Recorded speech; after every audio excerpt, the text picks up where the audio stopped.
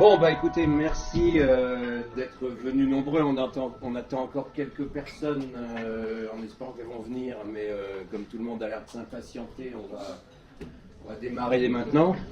Il y a beaucoup de têtes que je connais déjà, d'autres que je ne connais pas encore. Ça fait plaisir en tout cas que vous soyez là. Bienvenue parmi nous. Je vais essayer de la faire courte parce que je vais la faire longue. Vous attendez surtout d'entendre Fathia. Cette conférence a lieu à l'initiative de l'UNC qui a eu envie d'inviter Fathia pour qu'elle puisse parler de son dernier livre. L'UNC, tout le monde ne sait peut-être pas encore ce que c'est. Comment dire, nous sommes à la base des dissidents de Debout la France, le parti de Nicolas Dupont-Aignan.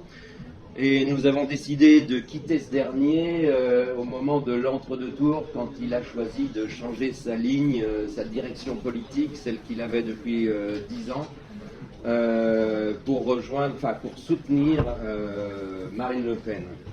On n'était pas d'accord, on l'a dit, Dominique Jamais ici présent, Éric Anceau, François Morvan, 3 des 4 vice-présidents de Debout la France sont partis pour monter l'UNC. Pas exactement sur les mêmes bases, sur une base beaucoup plus démocratique, beaucoup moins auto-centrée sur le chef qui prend ses décisions tout seul, et on en a eu l'exemple pendant l'entre-deux tours.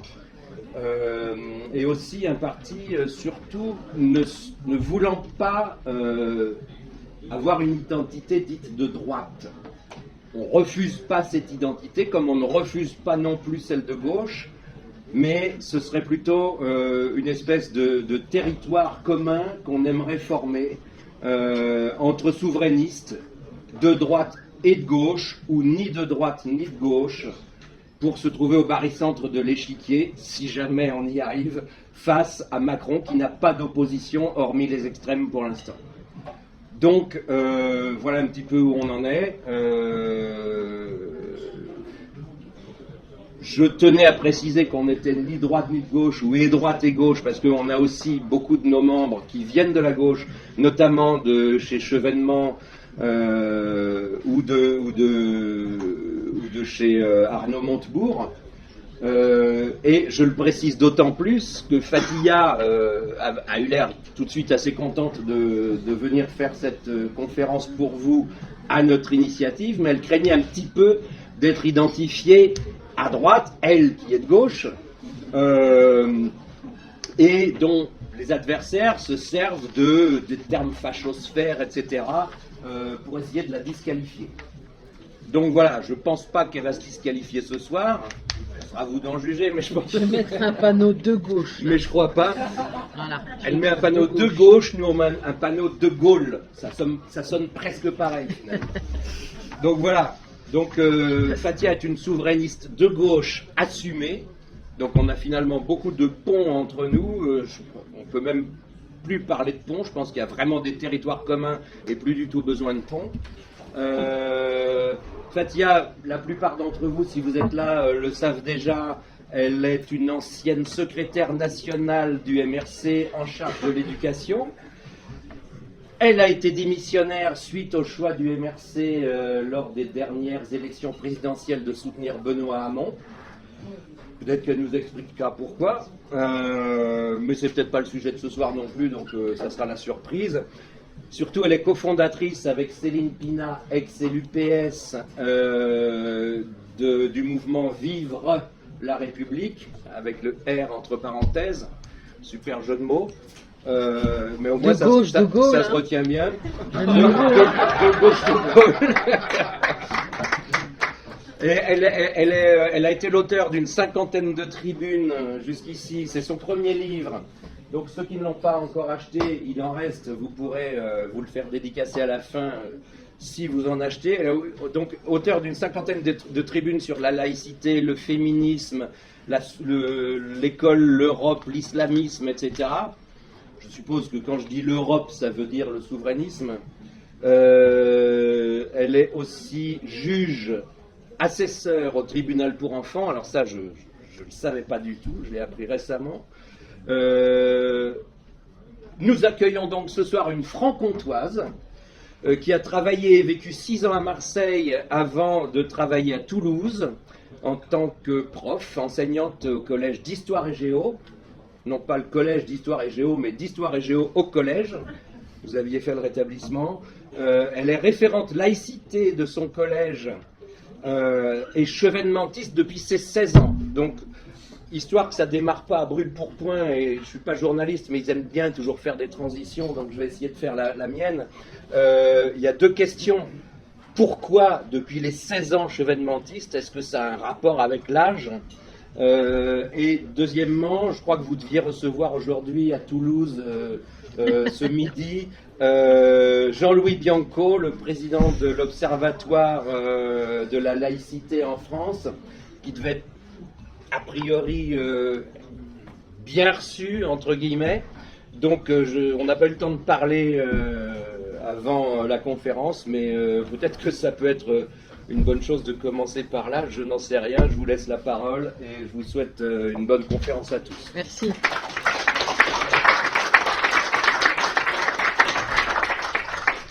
Vraiment, je suis très touchée que vous soyez là. Voilà, c'est étrangement la première fois que je suis à ce point au centre de l'attention. Et que... Excusez-moi, il va falloir être un prof devant une classe. D'accord, bien entendu. Je voulais faire croire que j'étais douce et féminine, mais... Voilà. En tout cas, voilà, c'est la première fois que je suis invitée pour parler de mon livre. Je devais être invitée une fois à la télé pour en parler précisément, et en fait c'était Frédéric Aziza qui m'avait invité. Je n'ai vraiment pas de chance, je suis une victime collatérale de Balance ton porc et compagnie. Et oui, ce matin j'ai reçu Jean-Louis Bianco, il ne savait pas qu'il aurait affaire à moi, parce que je pense que sinon il ne serait pas venu, donc je me suis bien gardé d'en faire la publicité. Il ne m'a pas reconnu quand il m'a serré la main, mais il a tiqué quand mon principal lui a dit mon nom. Voilà. Donc il a pu admirer le travail formidable de mes élèves, parce que je suis professionnelle et je m'en suis tenue à une vision très particulière de la laïcité, mais avec des valeurs. Et lui a donné certaines réponses avec toujours les mêmes erreurs, dont on pourra parler après si vous voulez. Quant à Chevènement, moi je suis de Montbéliard, une terre ouvrière un peu dévastée. Belfort, la cité du Lion n'est pas très loin, et moi j'ai toujours aimé la France. C'est étrange, mais voilà. J'ai toujours aimé la France, et quand on est de gauche et qu'on aime la France, Chevènement c'est le réflexe naturel. Alors, je me sens en bonne compagnie parce qu'il y a beaucoup de souverainistes ce soir. Je sais que pour d'autres, par contre, c'est un gros mot, un mot lourd de sens. Ça veut simplement dire souverainiste, qu'on est attaché à la souveraineté nationale et populaire. Et ça veut dire qu'on pense que c'est la nation qui doit exercer l'autorité politique. Ça veut simplement dire ça, souverainiste. Ça ne veut pas dire fasciste, ça ne veut pas dire anti-européen. On est attaché à l'autorité politique exercée par la nation. Et la nation, ce n'est pas rien, et pour moi, c'est même tout. Mais il y a un souci chez les souverainistes, comme chez beaucoup de gens de gauche, c'est que pendant longtemps, tous ces thèmes que j'essaye de traiter dans ce livre, laïcité, l'égalité femmes-hommes, ce genre de choses, ont été des sujets un peu déconsidérés, ou plutôt considérés comme mineurs, secondaires. J'appelle ces gens-là l'économie est prioritaire et l'Allemagne est méchante. C'est-à-dire que dans cette formule-là, vous avez 80% de leur production et le reste, ils n'en tiennent pas compte. Mais à quoi bon récupérer l'autorité politique s'il n'y a plus de nation pour exercer cette autorité politique? Mais s'il y a à la place une coalition de tribus, parce qu'on en est là, une compétition, une coexistence de tribus, coexistence plus ou moins pacifiée. J'entends beaucoup de gens me dire qu'ils craignent la guerre civile. Moi, je ne crains pas du tout la guerre civile. Je crains l'indifférence. Je crains des gens qui se disent on en a marre, laissez-les faire comme ils veulent. De toute façon, ça ne nous concerne pas. Laissons-les faire comme ils veulent, là où ils sont. Ces thèmes dont je traite dans ce livre qui est sous-titré Féminisme, tolérance, racisme, culture, ne sont pas secondaires, ils ne sont pas anecdotiques, ils ne sont pas obsessionnels.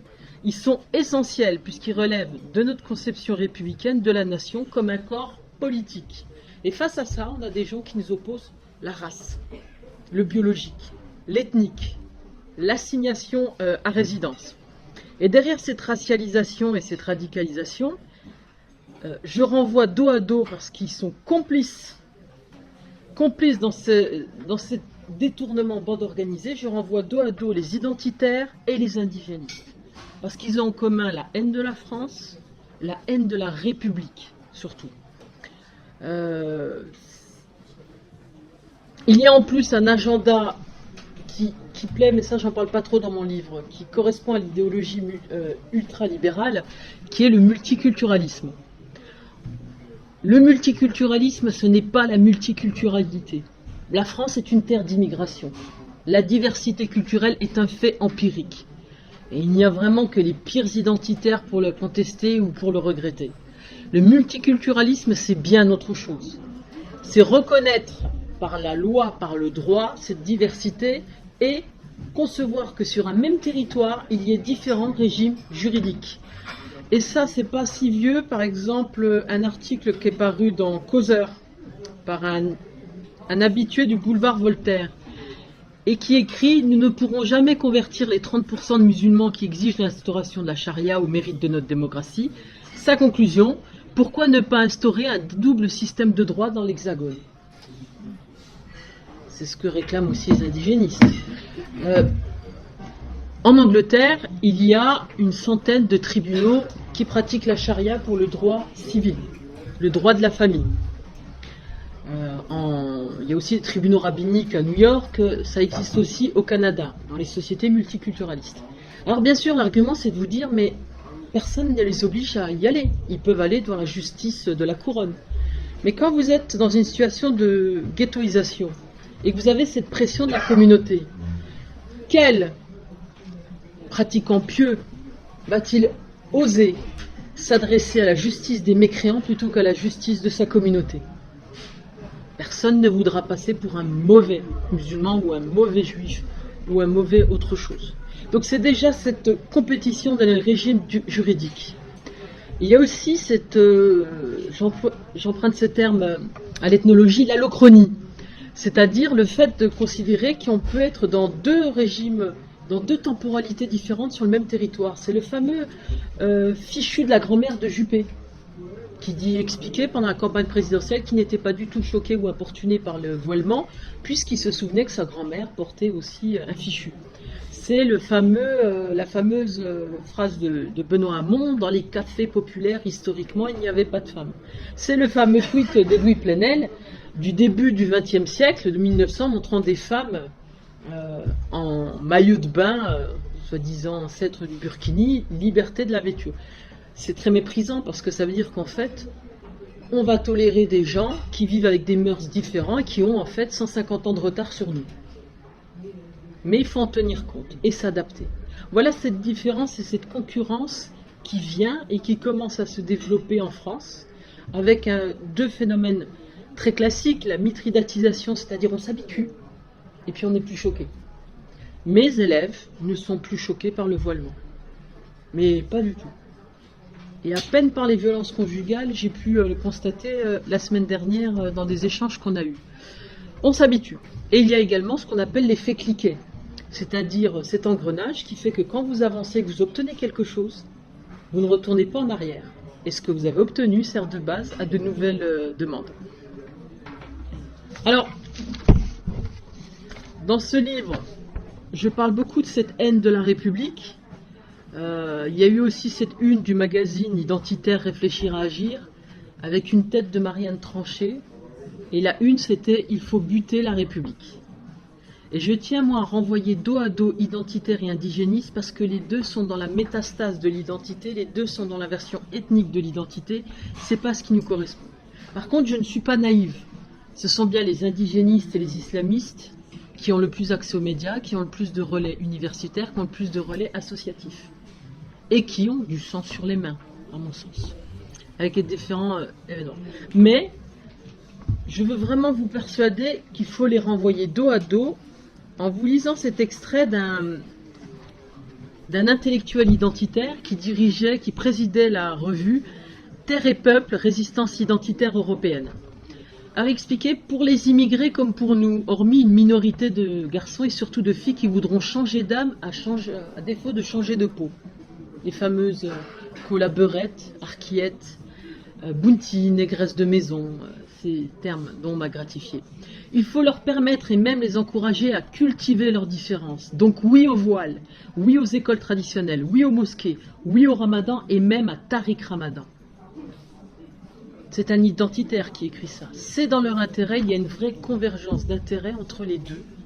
Et l'objectif, c'est vraiment d'abattre l'État-nation, avec cette promesse républicaine qui me fait que moi, parmi vous, je me sens pleinement à ma place, pleinement respecté, et je suis au milieu de mes compatriotes. Alors, on comprend alors pourquoi Boutelja a dit qu'il fallait combattre notre intégration. Voilà ce qu'elle dit pour les enfants d'immigrés. Combattre notre intégration. Et ce mot d'intégration, c'est le mot républicain pour ce phénomène très naturel qui est la créolisation. Et ce faisant, et c'est là où ils sont particulièrement hypocrites, ils se disent post-coloniaux, mais ils sont complètement dans la poursuite de la colonisation, parce que c'était bien les colonisateurs qui voulaient empêcher l'intégration, l'accession à la citoyenneté des indigènes, en les figeant dans une identité monotone et monolithique. Juste ce petit extrait. La politique indigène peut être définie comme étant l'ensemble des efforts mis en œuvre par l'État colonial pour définir le caractère et la culture du colonisé de manière stable et uniforme, ainsi que l'ensemble des efforts déployés pour pousser le colonisé à agir conformément à cette définition. C'est exactement ce que font les indigénistes.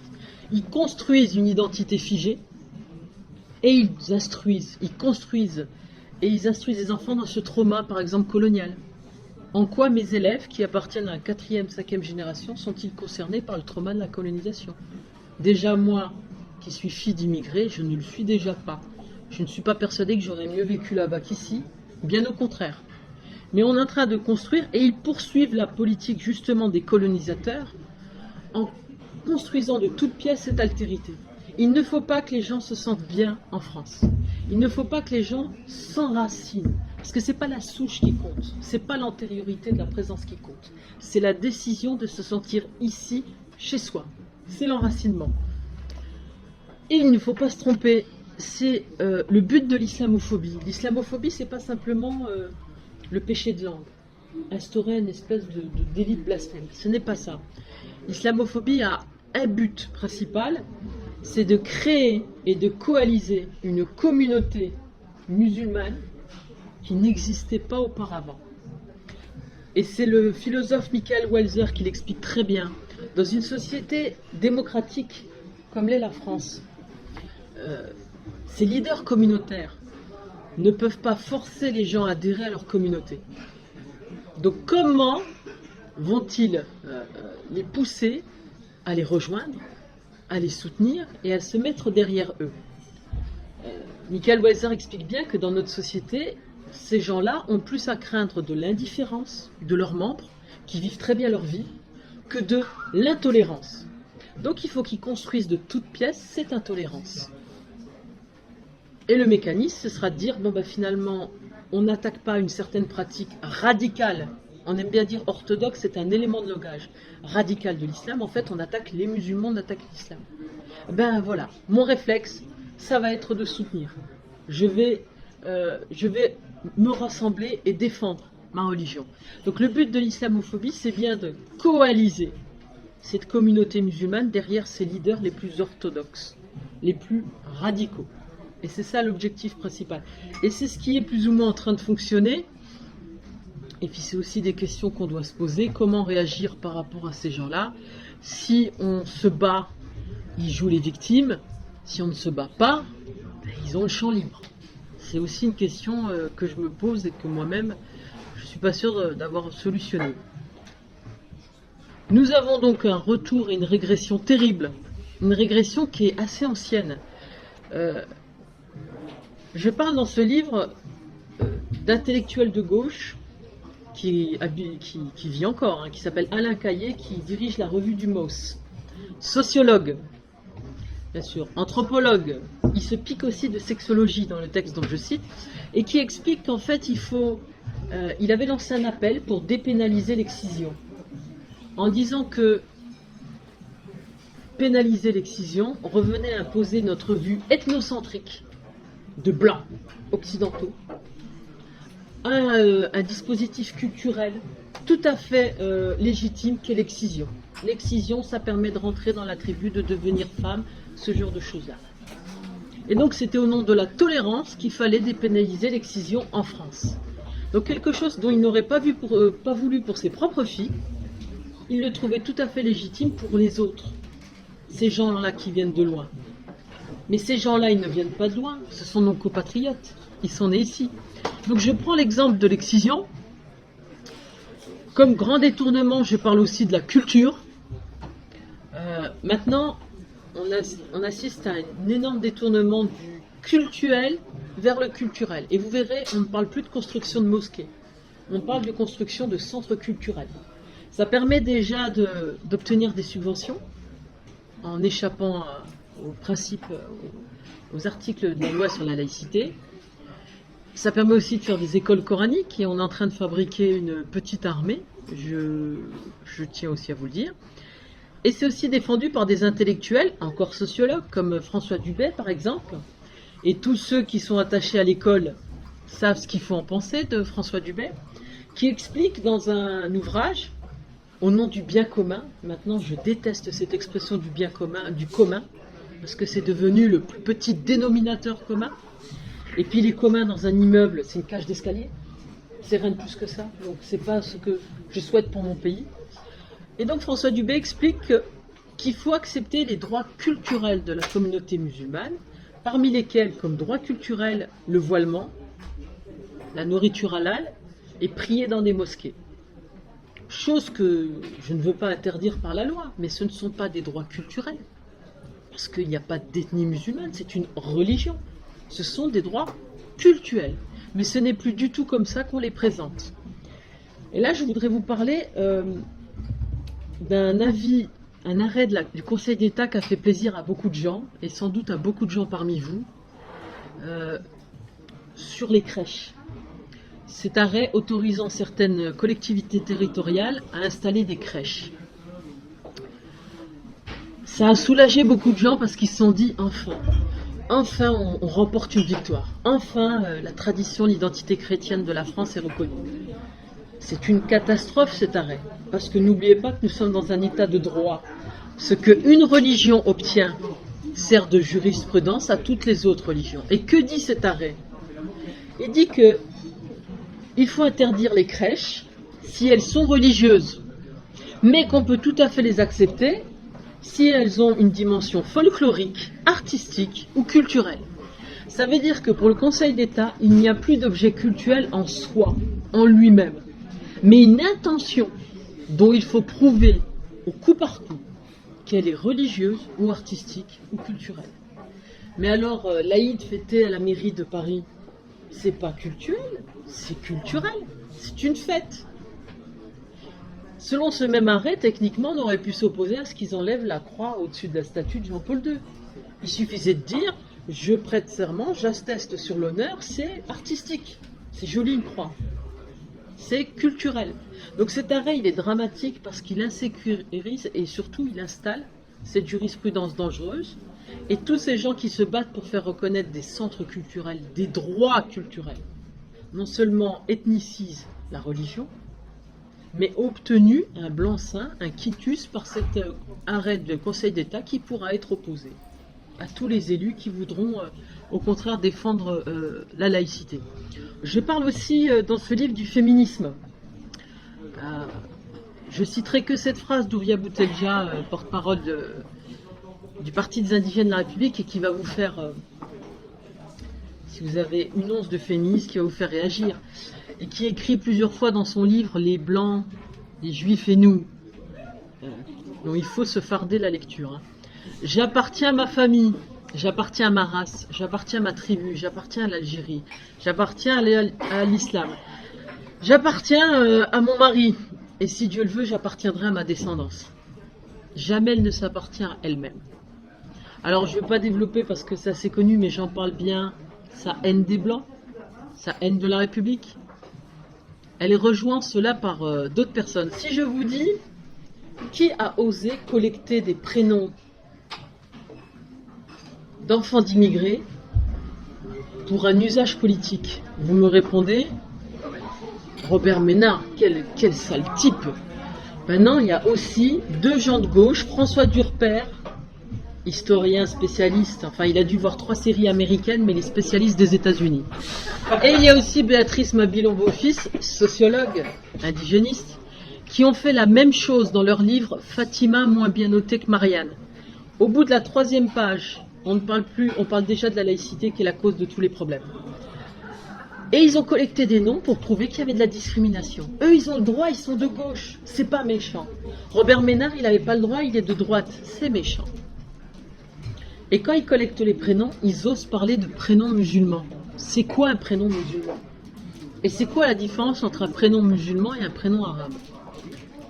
Donc dans cet ouvrage, ils essayent de prouver que les enseignants, l'éducation nationale sont structurellement racistes et hostiles aux enfants d'immigrés qui sont des musulmans.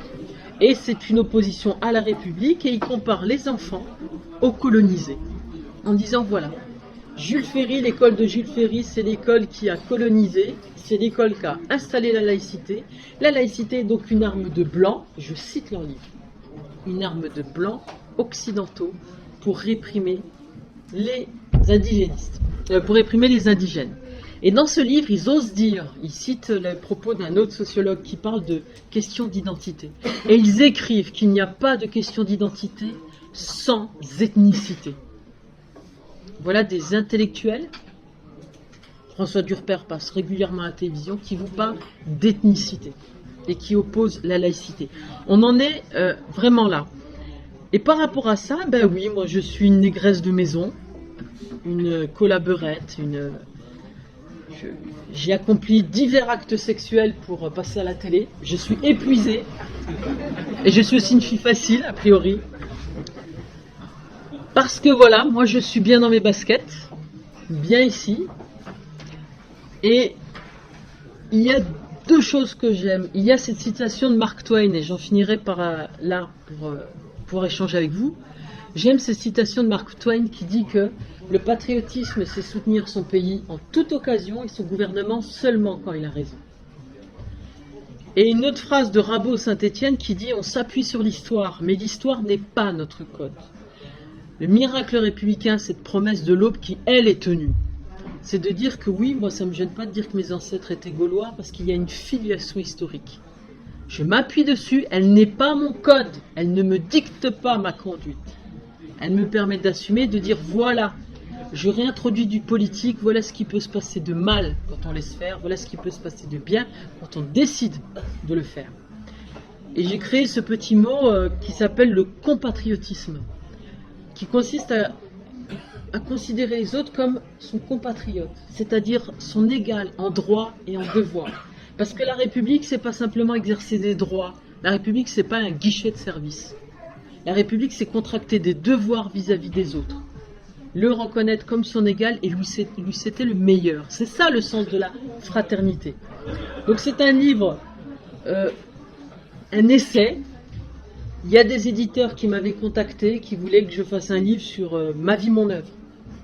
Et je leur ai dit, moi j'ai pas échappé à des barbus avec une hache, et puis j'ai pas échappé à des exciseuses folles, et je tiens pas à être coincé dans le témoignage. Je suis là dans la réflexion et je ne me présente pas devant vous comme un racisé, comme maghrébine, comme intégré. Je me présente devant vous comme compatriote, citoyenne et qui a réfléchi à ce sujet et qui dénonce ce détournement massif. Voilà. Merci pour votre attention.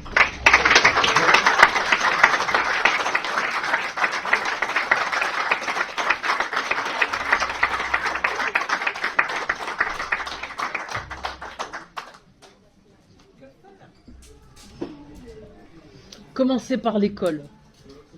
Le patriotisme, ça s'apprend si ça s'enseigne. Et je peux vous dire, enfin moi je peux me permettre d'être très virulente avec mes élèves. Mes élèves m'aiment bien. Hein. Ils ont même écrit mon nom dans les toilettes des garçons en disant que j'étais une bonne prof. Ça vaut tous les rapports d'inspection. Il faut être exigeant. C'est comme la psychanalyse. Il faut verbaliser les choses. Si vous êtes là en train de les entraîner dans une victimisation, qu'on leur a inculquée de manière complètement artificielle, si en plus vous leur présentez que, c'est ce que fait Laurence Decoq, hein, ce trauma colonial en permanence, Si vous êtes incapable de leur dire, bah, vous êtes français, moi je leur dis, appropriez-vous le slogan du Front National. Vous êtes chez vous. Vous êtes chez vous. Bah, quand on est chez soi, on ne met pas le feu. On prend soin. On prend soin des autres. Et puis vous rusez aussi. J'ai fait venir il y a quelques années Madame Ibn Ziaten. Maintenant, il faut 3 ans de délai pour la faire venir. Et parce qu'on a toujours des élèves qui fanfaronnent en disant Mohamed Merah, Mohamed Merah. Et il faut aller devant l'école Ozara Torah. J'y suis allé une fois. Et quand vous assistez à une sortie de classe, vous êtes glacé. Glacé d'effroi en voyant les barbelés, en voyant les caméras de surveillance, en voyant les barrières, en voyant les militaires, en voyant les agents de sécurité. Vous dites, on en est arrivé à là. Et j'ai fait venir Madame Ibn Ziaten parce que je savais que les élèves allaient s'identifier à elle. Elle faisait penser à leur maman. Et ce que je leur expliquais, c'est que ce qu'ils avaient ressenti, ça s'appelle de l'empathie. C'est plus naturel l'empathie, il faut l'apprendre. Et je fais venir, quelques mois après, Madame Rachel Roisès, qui est présidente de l'association pour la mémoire des enfants juifs déportés. Et en fait, c'est la première juive qu'ils rencontrent de leur vie. Ils s'imaginent des trucs sur les juifs, ils n'en ont jamais vu. Et je leur explique que l'empathie qu'ils ont ressentie envers quelqu'un qui leur ressemblait, ils doivent la ressentir envers quelqu'un qui ne leur ressemble pas, mais par les valeurs qui nous unissent. Et là, c'est très efficace parce que c'est même pas le discours de cette dame formidable qui les touche. J'ai vu un élève qui était très hostile, très braqué, il était très crispé. Et il a entendu cette dame de 76 ans dire « mon papa et ma maman ». J'ai vu ses épaules s'affaisser. Il était libre pour écouter. Donc il faut enseigner les choses, il faut assumer les choses. Et puis il faut aller au contact avec les élèves. C'est plus facile pour moi parce qu'ils ne peuvent pas me dire que je suis raciste. Moi, j'hésite pas à leur dire au bout d'un moment, mais si ça ne vous plaît pas la France, il faut retourner au bled. J'ai dû expliquer par exemple à une élève que l'hiver en Algérie faisait froid. Elle ne me croyait pas. Parce que pour elle, l'Algérie, c'était les 2 mois d'été avec le pouvoir d'achat occidental. Et puis tout le monde est heureux, puis personne ne travaille, tout le monde est heureux de ne pas travailler. Et puis tout va bien. Il faut verbaliser les choses, il faut leur faire dire les choses. Vous êtes ici chez vous. Vous avez le droit d'aimer ce pays, et ce pays se respecte. J'ai utilisé la photo qu'avait fait scandale dans le cadre d'un concours sur le politiquement incorrect. Un type qui se torchait les fesses avec le drapeau français. Donc déjà, les élèves ont un peu tiqué, mais pas plus que ça. J'ai trouvé un montage différent où cette fois-ci, ils se torchaient les fesses avec le drapeau algérien. Ah bah là, les réactions étaient plus fortes. Mais pourquoi donc ? Mais pourquoi donc ? On ne présente pas les choses sous la forme de l'alternative, la France ou le bled. Franco-algérien, ça veut dire on aime les deux. Et quand mes élèves se trimballent avec des drapeaux algériens sur leur carnet, je les oblige à faire un drapeau français de la même taille. Et ça fonctionne. Ça fonctionne parce que les élèves sont pris, c'est pas de leur faute, ils sont pris dans un conflit de loyauté permanent entre ce que leur disent leurs parents, leurs pères, la télé et ce que leur disent les profs. Mais les profs s'interdisent d'en parler. Ou alors vous avez les gauchistes comme Laurence Decoq qui vont leur parler, qui dénoncent en Israël l'instrumentalisation de la Shoah en parlant du trauma qui est utilisé, mais qui par contre, eux, sont en permanence dans le trauma colonial. Mes élèves ne sont en rien concernés par le trauma colonial. Alors, que faire ? Oui, c'est compliqué. Il faut, comme toujours, un peu de volonté, un peu de courage. Puis je pense qu'il ne faut pas être tout seul. Vous êtes pionnière en la matière, mais si ce qui est écrit dans les livres et dans les programmes va plutôt dans le sens de la victimisation, est-ce que vous décriviez, vous êtes isolé, vous êtes une exception. Alors, je suis prête à déborder d'orgueil, de vanité, de narcissisme. Mais je ne pense pas être une exception et je ne pense pas être unique. Je pense à peine être exceptionnel. Je vous l'accorde. Voilà. Je ne pense pas. Je ne pense pas. Il y a une régression, mais le chemin que j'ai suivi, c'est le chemin que beaucoup de gens ont suivi et qui sont simplement dans la discrétion parce qu'ils ne sont pas dans cette réflexion de se dire je suis en guerre parce que je suis musulman. C'est parce que les choses vont bien que le CCIF ou les autres ont besoin de dire que les choses vont mal. C'est parce que les choses vont bien. Je cite dedans, c'est un sociologue et un homme politique américain qui a travaillé à l'ONU qui s'appelait Moynihan et qui a créé la loi de Moynihan qui dit que plus les plaintes augmentent dans un pays de dénonciation, plus c'est la preuve que ça va bien. Parce que si vous portez plainte, c'est que vous avez conscience d'avoir subi un préjudice et vous croyez que l'État va réparer ce préjudice. Donc vous faites confiance en l'État. C'est donc la preuve, cette augmentation de plaintes, qu'au contraire, les gens, le seuil d'intolérance au racisme en France, il n'a jamais été aussi bas. Mais il faut se rendre compte qu'il y avait des crimes racistes quand j'étais petite, moi, à mon âge. Ça n'existe plus. Ça va mieux. Tout va mieux. Et c'est pour ça qu'ils essayent absolument de faire croire que ça va mal. Et le CCIF qui se fait passer pour une ONG et qui répertorie comme preuve d'islamophobie un vol de câbles de cuivre dans une mosquée. Pourquoi? Parce qu'il faut des statistiques, il faut faire croire que ça va. Eh ben non, même s'il y a plus de plaintes, ça va mieux. Regardez la réaction quand ce délégué syndical un peu idiot a dit que un policier qui dit bamboula, c'est pas trop grave. Regardez la réaction unanime de condamnation. Par contre, effectivement, il y a un vrai problème avec les manuels scolaires. Les pires, c'est ceux de SES. Et François Dubé disait, il est légitime pour les musulmans d'apparaître plus dans les programmes scolaires. Mais chiche, mais pas à la page immigration, à la page entrepreneur. Je ne sais plus comment il s'appelle, celui à Toulon qui a acheté le club de... Non, Montpellier qui a acheté le club, pas Boudjelal, l'autre encore. Voilà, un libéral. Voilà pourquoi il ne pas les voir dans ces pages-là. Non, il faut les figer dans la page immigration. Et à Marseille, je ne supportais pas ça. Tous les projets culturels tournaient autour de l'immigration. Et tous les projets. Donc on leur met un miroir, on leur dit voilà ce que vous êtes, voilà votre destin, voilà votre statut, voilà la fatalité. On introduit de la fatalité. Alors qu'en fait la politique c'est justement tout faire pour, comme disait Sioran, forfaire à l'absolu. C'est pour ça qu'on agit. Et c'est pour ça que même si je ne suis pas dans votre parti, et que je continue à croire au clivage gauche-droite, quoi qu'il en soit, moi je suis admirative de gens qui prennent de leur temps et qui se mobilisent quand tant d'autres sont indifférents, sont dans le consumérisme et puis laisse faire. Il ne faut plus laisser faire. Et c'est à tout le monde de se mobiliser, que ce soit dans une association, que ce soit dans un parti. Donc bravo pour votre initiative, surtout que voilà, c'est pas facile dans le contexte actuel. Voilà. Nadia, alors peut-être que puisque tout va bien, tout va mieux. Tout va mieux. Et ça continuera à aller mieux. Est-ce que vous pourriez nous parler des infiltrations de l'islamisme dans l'école, dans l'université, dans les associations, etc., etc. On a clairement 20 ans de retard. On a clairement 20 ans de retard et je suis par bien des aspects assez pessimiste. Quand je vous dis qu'il y a une convergence entre l'agenda ultralibéral et l'agenda multiculturaliste, ça vient depuis Tocqueville. Vous restreignez le champ d'intervention de l'État et vous sous-traitez les missions du service public à des associations ou à des communautés.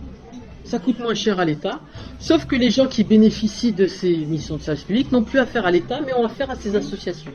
Donc, elles sont reconnaissantes à ces associations. Or, ces associations s'occupent de soutien scolaire. C'est une horreur, le soutien scolaire dans certains quartiers, qui est assuré dans les mosquées, dans les centres culturels. Le permis de conduire. Il y a même des assistantes sociales pour qui maintenant ces gens sont devenus des partenaires dans l'aide sociale, dans les travailleurs sociaux. Il faut voir l'entrisme. L'entrisme à l'université, mais écoutez, si vous avez 3 jours la semaine prochaine, faites un doctorat en sciences politiques. Il ne vous faudra pas plus de temps. Il suffit d'avoir le bon directeur et vous pourrez écrire à peu près n'importe quoi. Comme Nabil Enasri, qui a écrit une thèse, lui qui a défendu El Kadaraoui, quelqu'un qui est recherché par Interpol, qui est interdit de séjour dans plusieurs pays, qui dit qu'Hitler n'a pas fini le boulot et que ce serait très bien que les musulmans finissent le boulot, qui a défendu le théologien Al-Kadaraoui et maintenant qui fait une thèse de sciences politiques sur la même personne, avec bien sûr dans son jury des indigénistes forcenés, militants, Mais ils obtiennent le doctorat. Tariq Ramadan qui préside un jury de thèse de psychologie, avec une vraie groupie, une midinette, qui fait 15 fautes d'orthographe par ligne. Oui, il y a un vrai entrisme à l'université, il y a un entrisme dans le milieu associatif. C'est simple, hein, la nature a horreur du vide. Moi, j'ai tendance à dire, et vous allez sans doute pas être d'accord avec moi, que l'État a été trop laïque avec lui-même et pas assez avec les religions. Il n'y a plus de culte de l'État, et en plus il y a une convergence avec le libéralisme qui dit qu'il faut réduire les dépenses, donc l'État se défausse de certaines de ses missions, et puis on laisse faire dans certains quartiers. Et quand vous avez des ghettos, quand j'étais à Marseille pendant 1 an, j'étais sur 2 collèges. Il y a un collège où il n'y avait pas 5 blancs sur 500 élèves. Même les profs n'étaient pas blancs, c'est pour vous dire.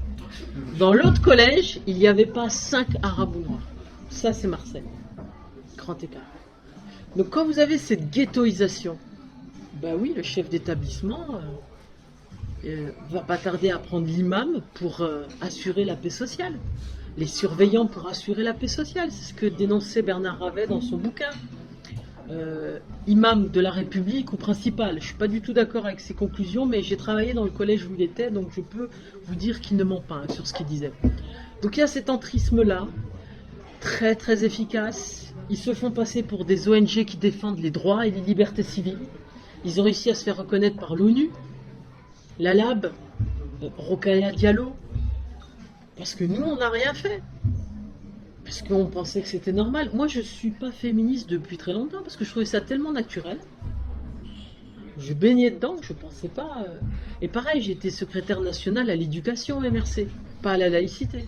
Pour moi, ça allait de soi. Et je ne suis pas une obsessionnelle de la laïcité, je pense juste que c'est le modus vivendi pour qu'on puisse être concitoyen et compatriote. Je ne dis pas vivre ensemble parce que je déteste cette expression.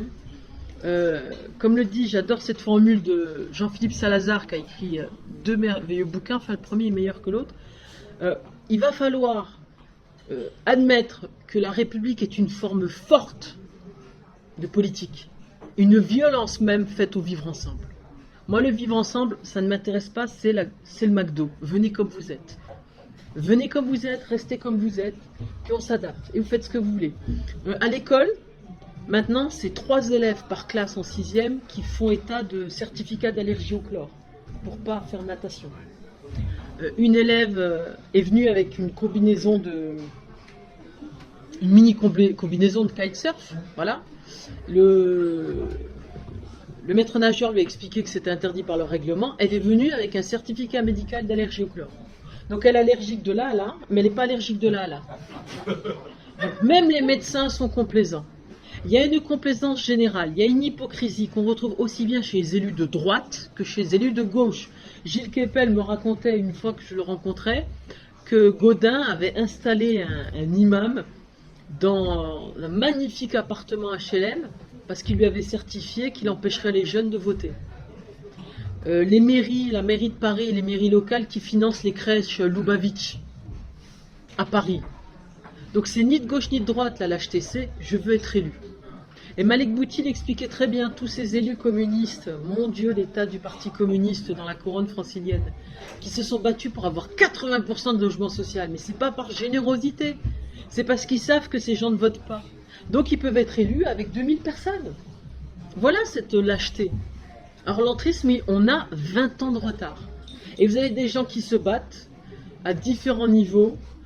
Ici, il y a Walid El-Husseini. Et vraiment, merci à lui d'être là.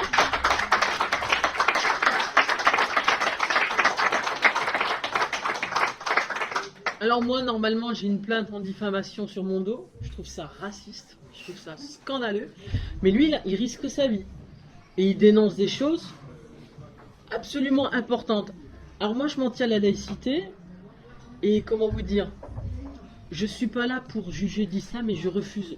Maintenant, les Français sont devenus spécialistes internationaux de l'islam, de la sunna, de ce que le prophète mangeait le matin, de comment il s'habillait le soir. Ça ne m'intéresse pas. Moi, je ne rentre pas dans la théologie. Je refuse.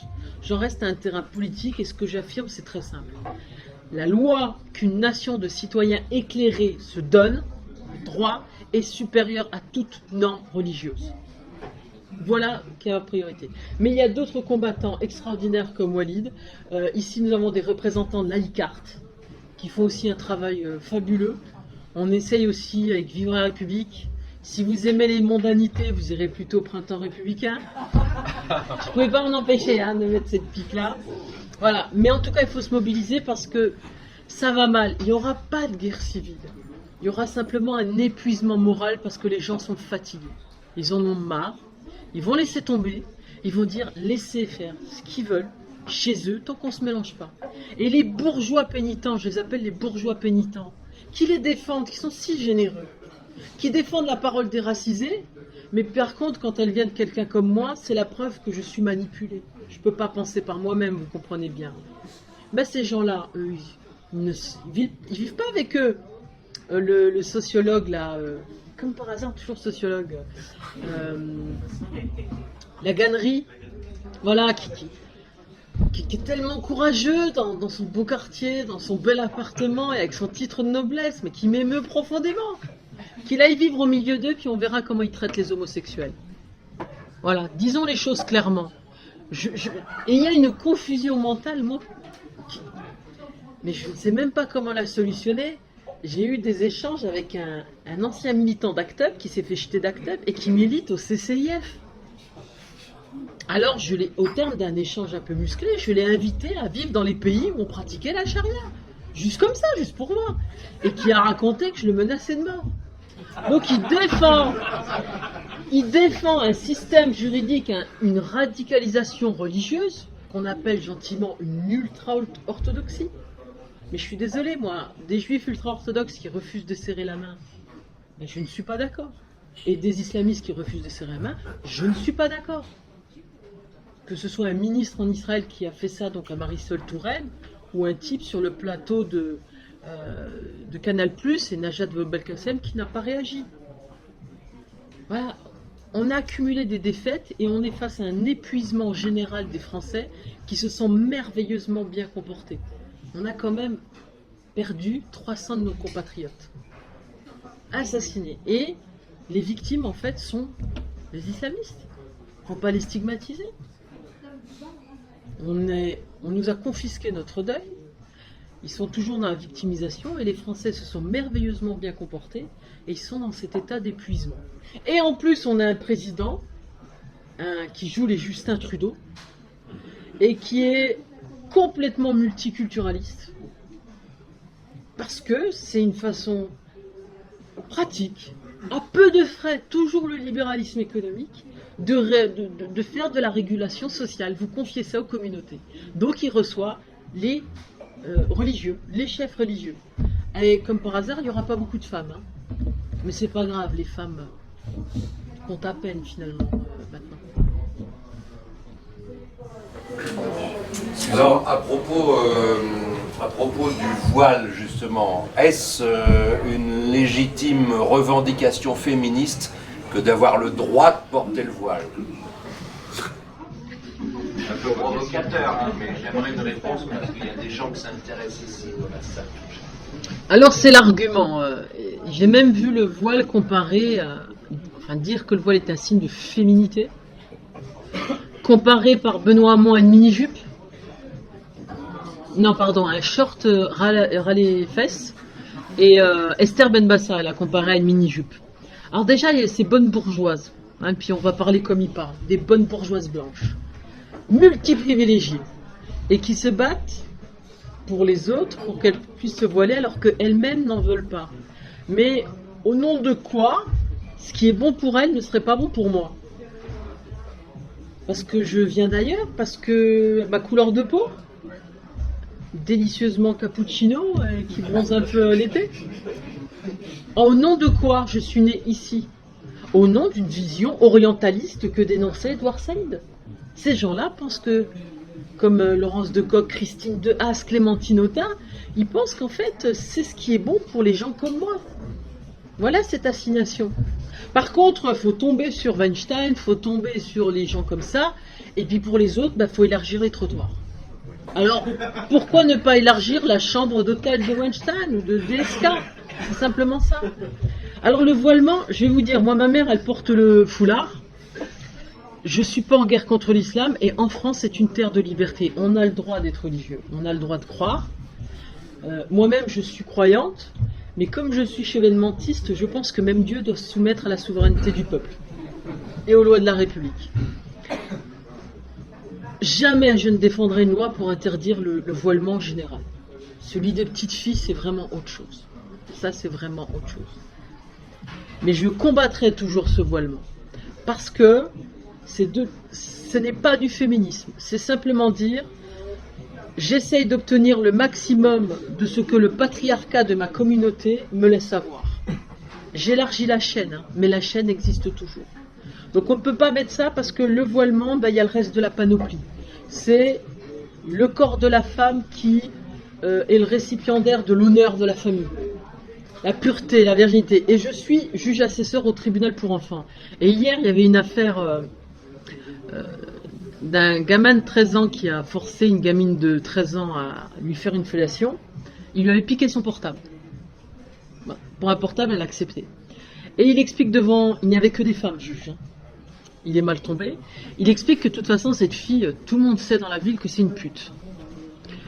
Les parents de cette jeune fille, donc l'accusé, la victime, tous arabes, tous musulmans, les parents de la victime sont allés voir un gynécologue pour qu'il produise un certificat de virginité.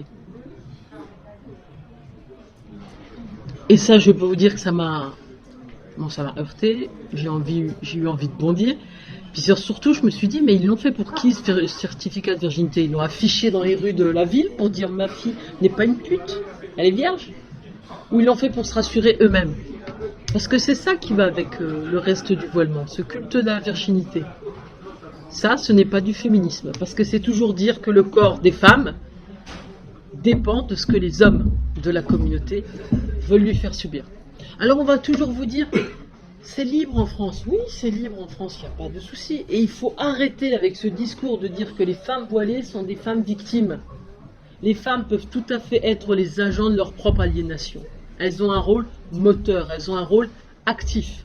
Surtout qu'en France, elles ont tout. Elles ont le voile, mais elles ont le smartphone, la voiture, le boulot, donc il n'y a pas de souci. Par contre, ce qui est sûr, et c'est pas moi qui le dis, c'est la cour d'appel, le Conseil constitutionnel de Turquie, avant l'ère Erdogan, qui expliquait qui a donc accepté et validé le licenciement d'une prof qui portait le foulard à l'école. Et qui l'a validé en disant, une prof qui porte le foulard, ça influence les enfants. Donc déjà, c'est pas bon. Mais aussi qui a dit que dans un pays où il y a beaucoup de musulmans, le fait que des gens portent de plus en plus le foulard, ça conduit à faire passer ceux qui ne le portent pas pour de mauvais musulmans. Donc ça fait une pression sur eux. Donc vous acceptez un foulard, ça va multiplier les foulards parce qu'il va y avoir une concurrence pour la vertu. Et c'est toujours le plus radical qui est le plus vertueux. C'est ça aussi un des problèmes qu'on trouve. Voilà. Effet cliqué, voilà. Comment ? Il est porté au nom de quoi? Mais au nom de plein de choses. C'est pas simplement un fichu. Il est porté au nom d'une piété. Ma mère l'a porté parce que...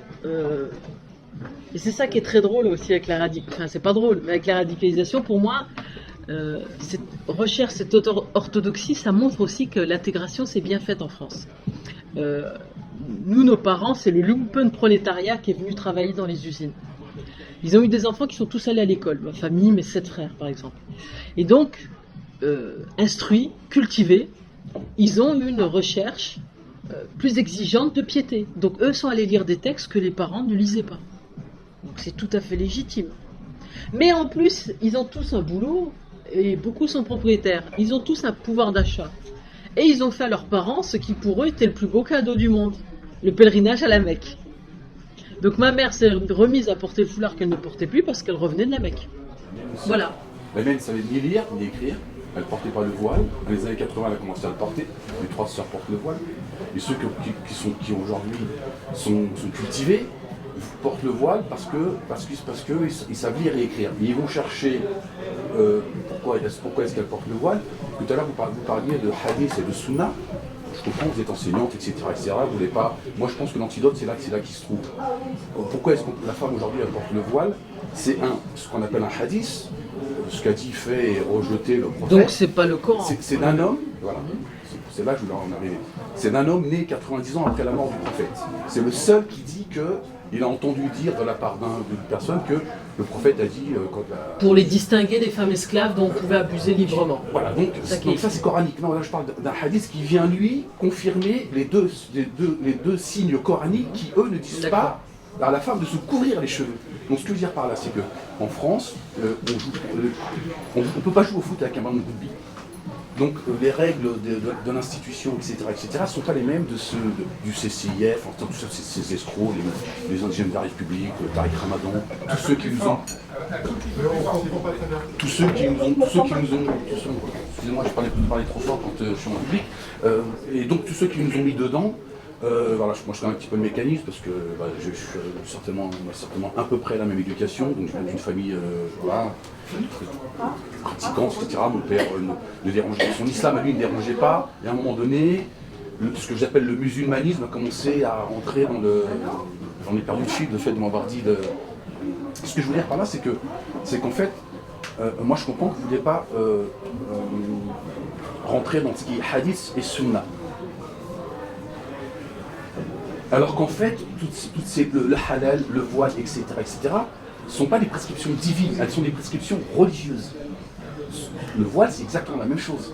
C'est pas coranique, c'est ces fameux hadiths. Donc je pense que les lois, voilà, j'ai retrouvé le fil, les lois de la République, les lois des entreprises, etc., qui se battent contre cet islam identitaire, n'ont pas les mêmes règles du jeu en fait. D'accord ? Si aujourd'hui on arrive à prouver, on veut voiler Marianne, mais moi aussi quelque part on veut aussi m'islamiser.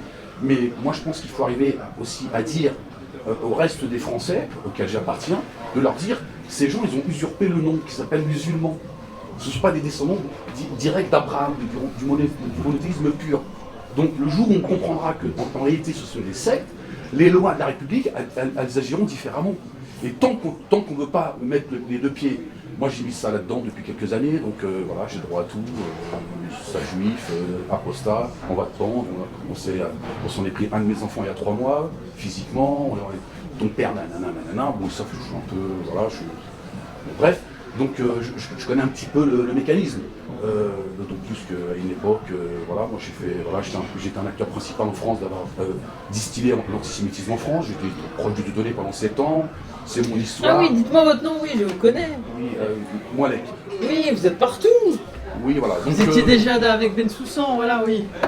Voilà, donc, aujourd'hui, de par mon expérience, je connais un petit peu les mécanismes d'un côté comme de l'autre. Et je crois qu'aujourd'hui, l'antidote, selon moi, c'est de par mon cheminement, je pense que l'antidote, c'est les hadiths et la sunna.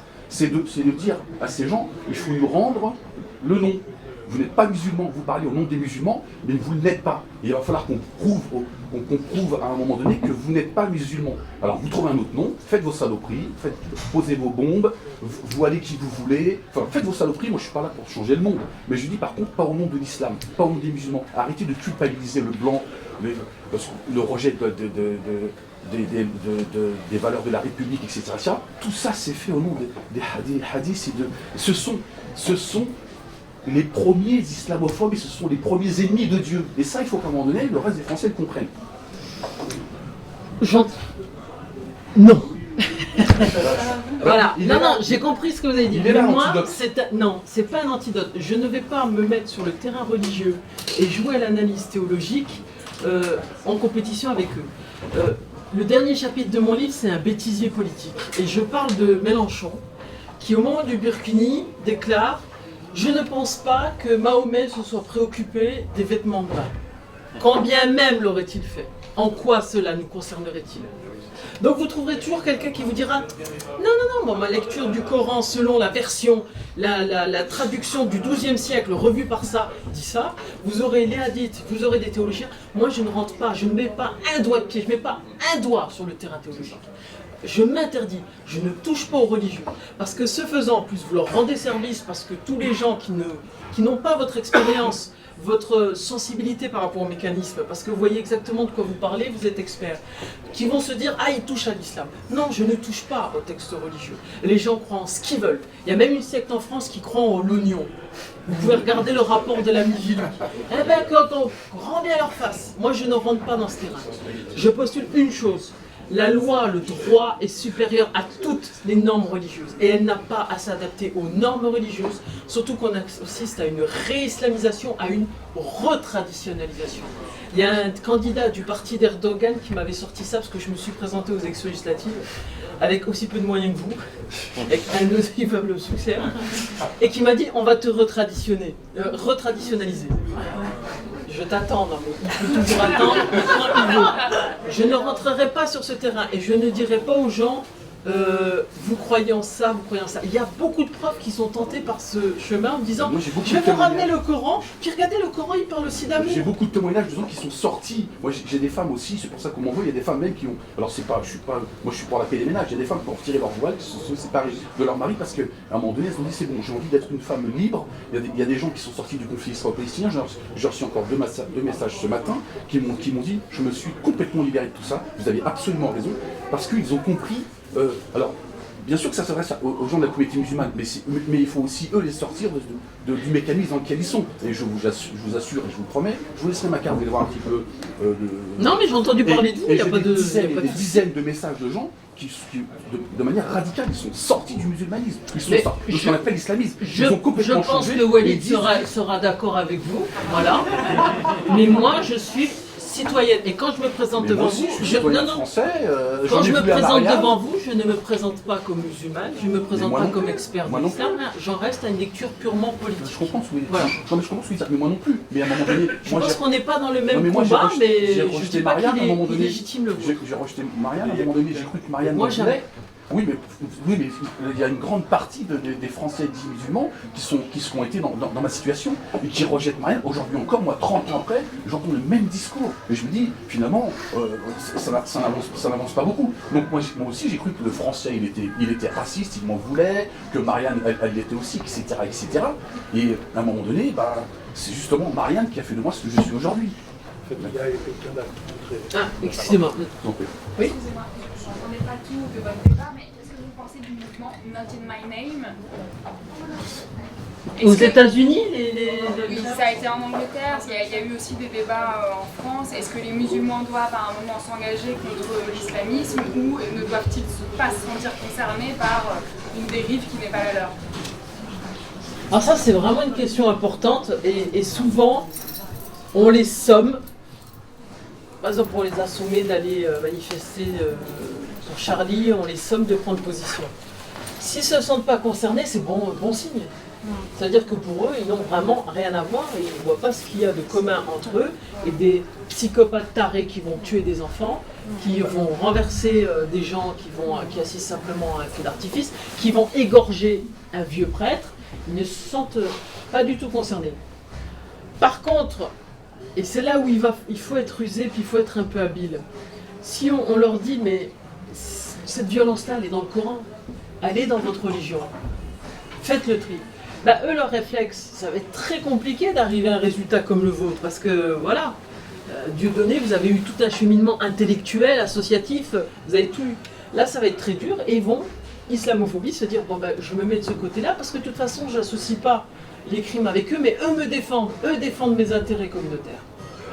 Et résultat, on est en train de créer une communauté qui n'existait pas, mais il y avait des gens, c'est comme ça que Michael Walzer définit l'intégrisme, c'est des doctrinaires qui empêchent qu'il y ait différentes façons de vivre la religion.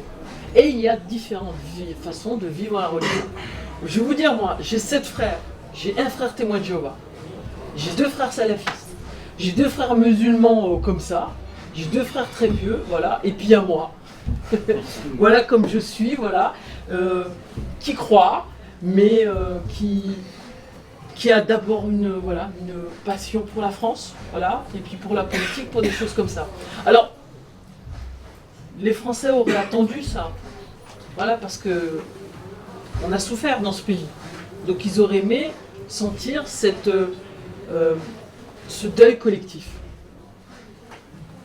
Là, je peux accepter, je peux comprendre que les musulmans se disent mais ça ne me concerne pas donc je m'en mêle pas. Par contre, je refuse ceux qui disent je ne suis pas Charlie. Parce qu'il y a une confusion entre être Charlie et avoir l'esprit Charlie. Avoir l'esprit Charlie, c'est que vous rigolez de tout, vous moquez de tout, vous faites ce que vous voulez. Être Charlie, c'est dire que rien ne justifie qu'on tue quelqu'un. Encore moins un journaliste qui exerce la liberté d'expression ou un artiste.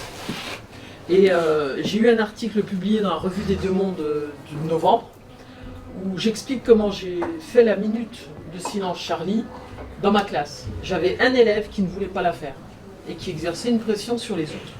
Et je lui ai dit tout simplement, vous refusez de vous associer à un deuil national. Vous excluez de la nation, vous excluez de ma classe. Vous prenez votre table, vous la retournez. Jusqu'à la fin de l'année, vous n'existez plus pour moi. Vous faites ce que vous voulez. Vous dessinez, vous faites ce que vous voulez. Vous n'existez plus pour moi.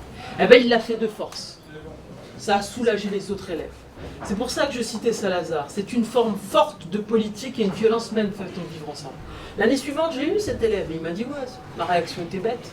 Voilà. » Par contre, Jean-Luc Bianco, il écrit un bouquin, un fascicule avec Donia Bouzard pour dire aux jeunes, vous avez tout à fait le droit de ne pas être Charlie.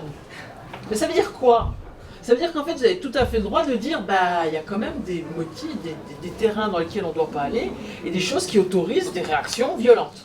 Non, on n'a pas le droit de ne pas être Charlie. C'est-à-dire qu'on n'a pas le droit de dire qu'il y a des motifs au nom desquels on peut tuer. Il n'y a aucun motif au nom duquel on peut tuer, que ce soit la Palestine ou je ne sais pas quoi, rien n'autorise à tuer quelqu'un, et même pas Dieu. Et c'est là où je blasphème, même pas Dieu. Et même s'il se présente là, devant nous, lui-même se soumettra aux droits de la nation. Voilà. Donc, je ne sais pas si j'ai répondu à votre question, je comprends, c'est extrêmement compliqué. Parce que la plupart ne se sentent pas du tout de lien avec. Pas du tout de lien. Moi, mon frère Salaf, qui est marié avec une chrétienne, il était avec elle, il a eu un enfant au mariage. Il est très fier de mon livre. Il n'est pas d'accord avec tout ce que j'écris. Il est très fier de mon livre. Et je peux dire que s'il y a un barbu qui va sortir une fatwa contre moi devant lui, il verra ce qu'il en fera. Mais lui, et c'est ce qui m'inquiète, lui, il a une mémoire dans son corps d'une époque où il a été moins pratiquant. Il était pratiquant, il était musulman. Je ne mange pas de porc moi-même. Et voilà, il s'est resté. Ça lui a fait beaucoup de bien, sa piété. Ça lui a fait beaucoup de bien. Dans son travail, il s'est repris en main, il a progressé, il a eu des promotions, il est très fier de cette reconnaissance professionnelle. À Peugeot, il passe chef d'équipe. Mais ses enfants, donc métis, qui sont allés à l'école coranique, donc j'ai ma petite nièce qui a décidé de porter le foulard contre la vie de sa mère, voilà, à 16 ans, qui pendant le ramadan porte une burqa, elle est rose. Voilà. Je lui ai dit, moi quand tu portes ça, tu viens pas me dire bonjour, je te reconnais pas, je veux pas. Et mes frères aussi ils sont choqués, tous mes frères sont choqués. Ça vient d'elle-même. C'est pour ça que je vous dis que c'est pas une pression, un truc dans la tête. Alors oui, il y a plein de facteurs psychologiques, elle veut rendre fier son papa, elle croit que c'est son papa qui l'attend, puis il y a sa piété, puis il y a peut-être l'occasion d'emmerder sa mère, et puis voilà, il y a plein de choses, c'est multicausal toujours.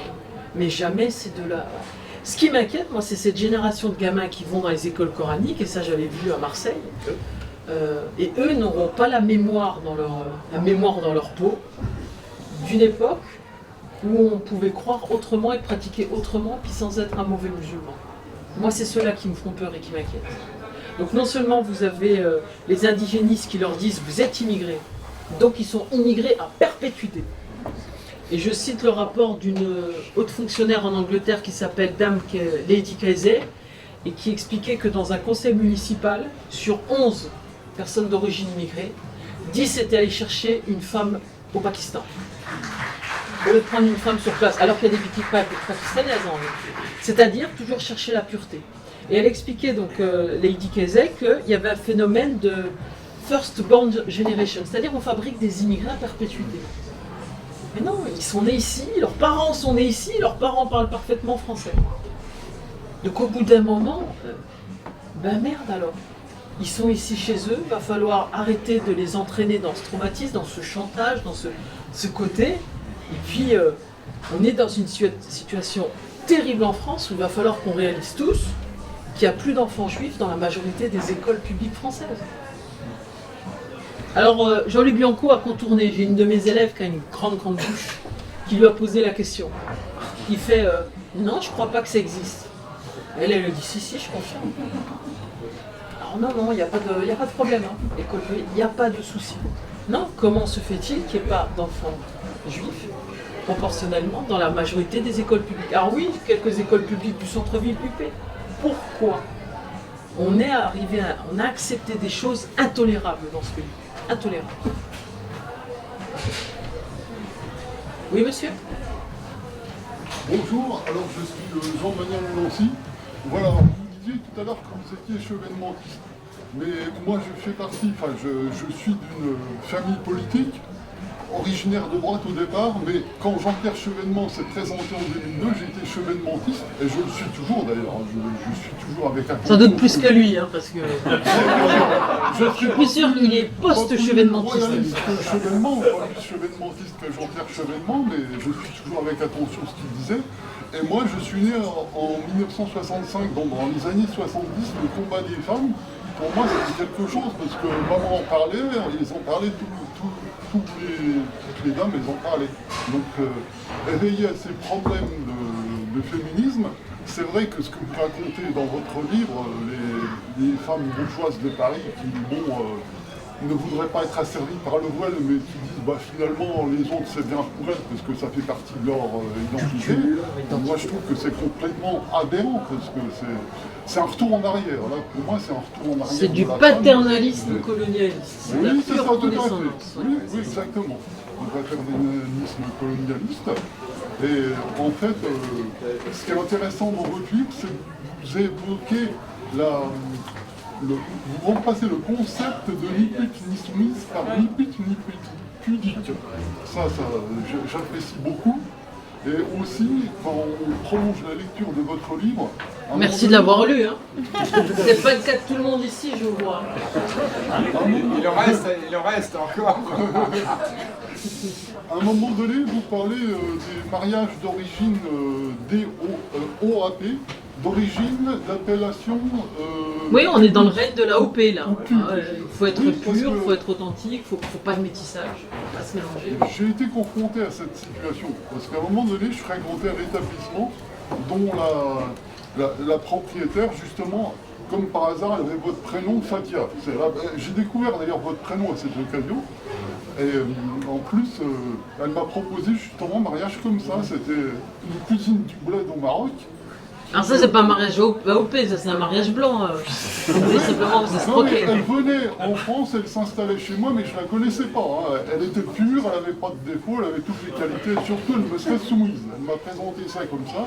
Alors au début, oui, dès qu'elle a les papiers, vous verrez qu'elle après, sera plus soumise. Ça serait trop dur pour moi. Elle serait déracinée, recueillir une déracinée chez moi, après avoir un échec sentimental. Non, j'ai pas voulu tenter l'expérience et je crois que j'ai bien fait. Voilà, donc je vous remercie. Merci infiniment, monsieur. C'est pas ça l'AOP, c'est qu'on en est vraiment à dire, mais comme, oh zut, point Godwin, pardon. Pétain qui fait des lois et qui dit vous êtes juif à partir du moment où vous avez une grand-mère juive. Voilà. Qu'est-ce qu'un bon racisé? On en est là.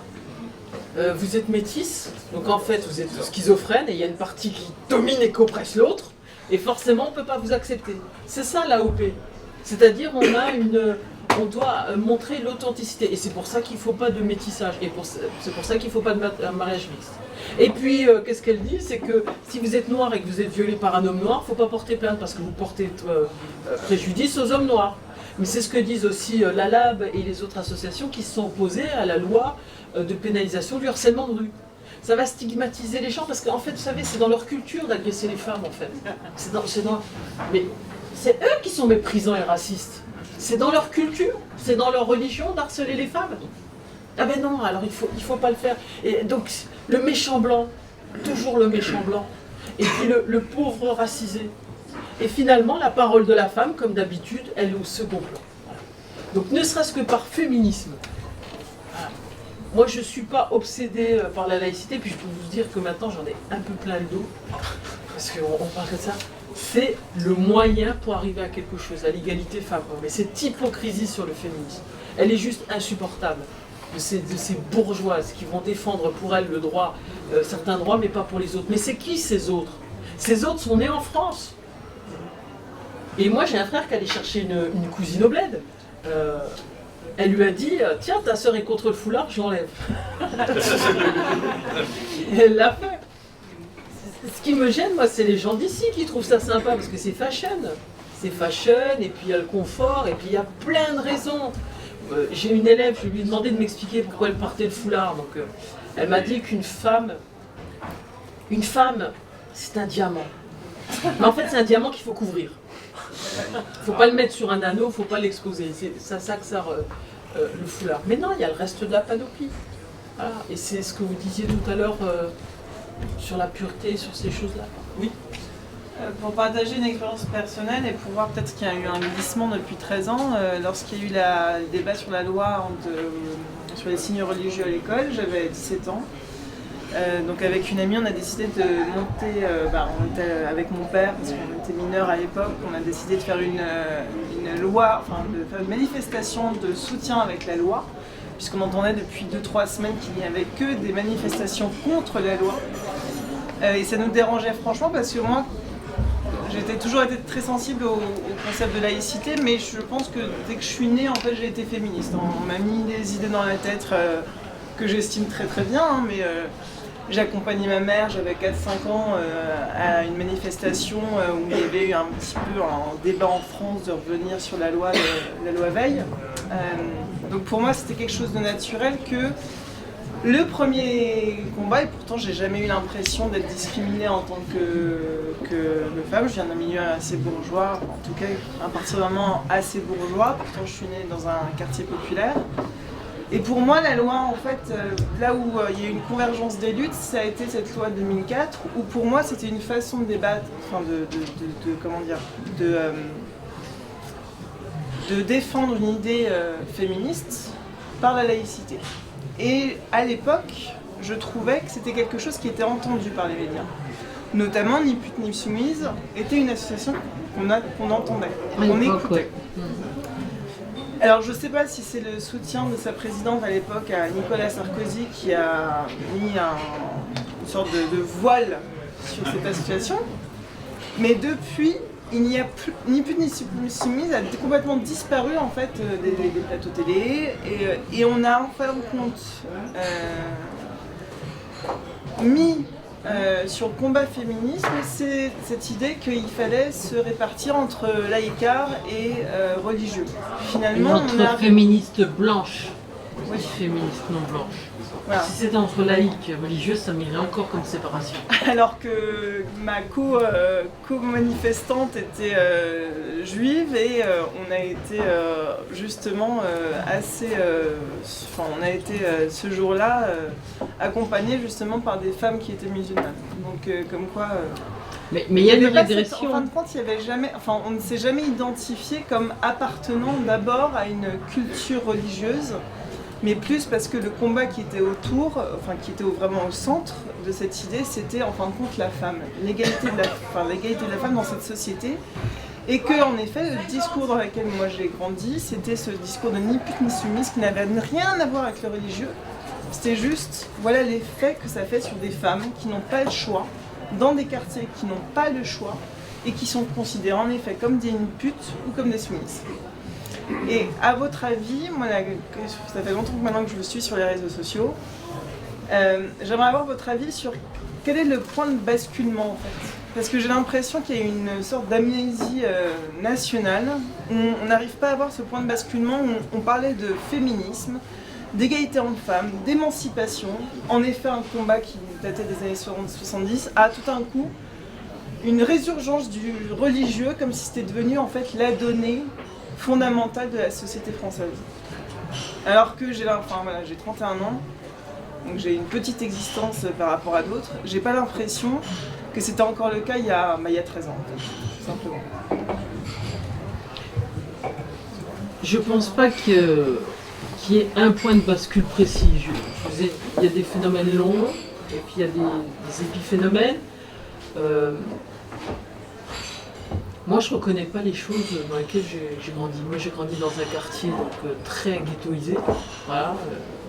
suis d'un milieu extrêmement populaire, ça n'existait pas les foulards. Voilà. J'habitais dans le Donc, 19e, dans une cité, il n'y avait jamais de foulard. Donc il y a cette religiosité due à ce que je vous ai expliqué tout à l'heure. Plus de pouvoir d'achat, plus d'éducation, donc une demande de plus d'appétit religieux, de plus de grandes exigences intellectuelles, des choses comme ça. Et puis vous avez aussi l'explication géopolitique, le soft power de monarchie du Golfe. Vous avez aussi des leaders communautaires qui ont fait de l'entrisme. Les cassettes de Tariq Ramadan, ça fait 20 ans qu'elles tournent dans les quartiers. On n'en parle pas depuis beaucoup, mais ça fait extrêmement longtemps. À Lyon, Vénissieux, Vaux-en-Velin, c'est là où ça a commencé. Ni pute ni soumise est morte comme toutes ces associations qui se sont trop mêlées de politique. C'est ça, pour vous donner une explication. Mais je vous conseille de suivre un type formidable qui s'appelle Nahem Bestanji, voilà, qui était un cadre de Ni pute ni soumise en MP pour vous expliquer ce qu'il y a. Alors, point de bascule. Vous avez des gens qui ont plus accès à l'information, donc l'effet Palestine est extrêmement fort. Extrêmement fort. Moi, j'ai grandi dans une famille où je n'ai jamais entendu dire du mal des Juifs, mais jamais. J'ai 2 frères qui maintenant sont dans la haine d'Israël à cause des vidéos qu'ils voient et qui s'instruisent. Voilà. Vous avez, on a raté le coche avec certains de ma génération, voilà, qui aussi sont dans ce jeu de se dire la vraie vie c'est au bled, dans une belle baraque, puis en attendant en France je vis dans un petit appartement. Alors qu'en fait c'est un arbitrage, ils pourraient décider d'habiter ailleurs en payant un loyer plus cher et en ayant moins d'argent pour autre chose, comme beaucoup de gens le font. Appartement plus petit mais ailleurs, meilleur quartier. Mais qui donc sont dans cette espèce de dire regardez on est dans un ghetto, et finalement quand on va au bled on est dans un château. Tiens, c'est une autre rime un peu nulle là, vous l'avez vu à tout à l'heure. Alors, point de bascule, moi je ne pourrais pas vous dire, c'est tellement complexe, je suis halluciné depuis quelques années, vraiment. Ça fait, j'allais militer pour Chevènement et j'ai boudé. Quand il a eu 5,2, j'en ai tellement voulu aux Français que j'ai arrêté de militer pendant 10 ans. Je me suis dit, mais ils sont passés à côté de Chevènement. En plus, j'étais à Marseille, vous ne pouvez pas militer là-bas parce que les gens vous disent qu'est-ce que vous me donnez. Sont corrompus jusqu'à la moelle, mais tous les Marseillais. Donc là, je suis halluciné depuis quelques années, je découvre des choses, j'essaie de lire. Donc vous avez des influences, vous avez des intellectuels très efficaces. Très efficaces. Vous avez des gens qui ont énormément d'argent. Et puis vous avez des carences de l'État, où l'État a été défaillant, et vous avez la ghettoisation. Voilà, ghettoisation. Pas également que la désertion de l'État, enfin dans les maisons de la culture, l'argent qu'on mettait, qu'on oubliait, cette situation à l'ultralibéralisme, tu ne croyez pas également que ça a une influence au fait que... Mais il y a plein d'argent dans la culture. Mais quel projet culturel vous promouvez? Je veux dire, je parle de notre jeunesse, où effectivement peut-être ce qui était proposé par l'école et aux activités à côté de l'école était peut-être plus subventionné par l'État, non? Je suis comme dans une époque où les filles n'allaient pas dans la MJC parce qu'il n'y avait que les garçons qui avaient le droit d'y aller. Hein. Moi je sortais pas, donc on peut même pas avoir cette explication simpliste. Hein. Vous savez, quartier, voilà, je sortais pas de chez moi, c'était classique, donc c'est même pas ça. Vous avez, c'est multicausal. Vous avez la lâcheté des hommes politiques qui veulent être absolument réélus. Vous avez des leaders communautaires actifs qui sont présents. Vous avez des familles en détresse et puis vous avez aussi des familles qui ont plus de piété. Le pauvre Marwan Mohamed qui a raté médecine, c'est peut-être pour ça qu'il en veut tellement à la France. Il est ingénieur. Oya Boutedja, elle travaille pour ce que j'appelle moi la France-Afrique culturelle, c'est-à-dire l'Institut du monde arabe. Chose qu'elle ne devrait pas faire. Si Masbag, qui se présente comme journaliste, elle était enseignante, donc elle a réussi un concours. C'est un concours exigeant, c'est pas rien le CAPES. Hein. Et moi, par rapport à ma mère, femme de ménage, c'est une promotion. Alors oui, je ne suis pas universitaire, mais c'est déjà la promotion sociale qui a fonctionné. Elle a démissionné. Et elle a entretenu, notamment par son mari ingénieur, pour mener ses combats. Donc ce sont des gens dont le vécu, dont la trajectoire dément tout ce qu'ils disent sur le racisme d'État. Mais vous avez des élites, ils sont actifs, ils sont militants. Puis vous avez un vide, et puis vous avez le Qatar, l'argent, ils arrosent l'argent depuis très longtemps les Qataris. Voilà, vous avez un entrisme, et puis nous, on a 15 ans de retard, on a été faibles, et puis on a organisé la puissance de l'État. On s'est interdit de dire des choses. Ah, je suis désolée de ne pas vous apporter de... Voilà. En même temps, voilà, je suis exceptionnelle et unique. Pas tant que ça, regardez, puisqu'il y a eu d'autres trajectoires. Mais c'est pas parce que c'est mal barré qu'on va arrêter de se battre. Au contraire, parce que je vois pas où est l'alternative. On va pas se taire et on va pas laisser faire. Il est hors de question qu'on laisse faire. Voilà, on se bat pour cette belle chose républicaine qui me permet, moi, de me sentir votre égal. Et là, je repense à cet immonde Yacine Bellatar. Non, pardon, sordide Yacine Bellatar. On va utiliser le mot qu'il utilise. Je l'ai vu se moquer de l'imam Chalgoumi. Alors Chalgoumi, je m'en fiche, mais complètement de ce type. Mais j'en ai rien à faire. Mais qui me dit, c'est pas un Français, il n'est pas français depuis longtemps. Il parle comme un type du FN, mais il a le droit. Et puis vous avez vu son accent blédard? Il se moque de l'accent blédard de quelqu'un qui est français depuis pas très longtemps. Mais à part ça, lui, c'est quoi ce franchouillard? Il devrait aller au Front National.